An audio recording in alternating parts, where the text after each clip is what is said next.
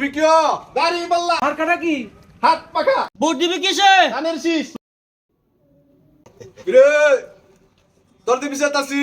ভাই ভোট দিবি কিও? দাড়ি পাল্লা। এই দাড়ি পাল্লা ভোট দিবি?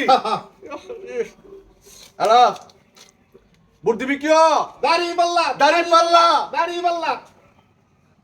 ঠিক মতো মারিস।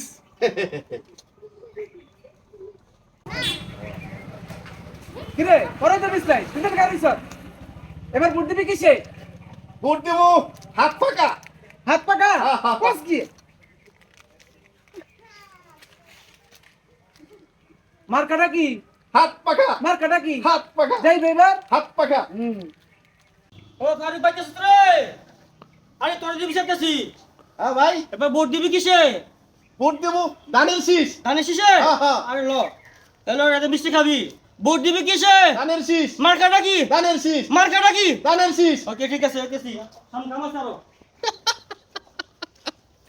1 2 3 4 5 6 7 7,000 টাকা।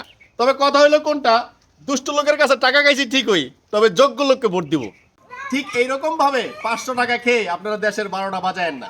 500 টাকার বিনিময়ে আপনারা দুশ্চরিত্র লোককে সংসদে পাঠায়েন না। দেশের 12টা বাজবে, সমাজের 12টা বাজবে। আপনারা কেউ টাকা খেয়ে ওই প্রার্থীকে ভোট দিবেন না। যারা টাকা দিয়ে ভোট কিনে তারা কখনো জনগণের মঙ্গল কামনা করতে পারে না। অতএব আপনারা ইমান বিক্রি করবেন না। যোগ্য লোককে ভোট দিয়ে জনগণের সেবা করার জন্য ওই যোগ্য লোককে নির্বাচিত করবেন। ভিডিওটা সচেতনমূলক, কেউ অন্যভাবে নেবেন না, আশা করি বুঝতে পারবেন। ধন্যবাদ।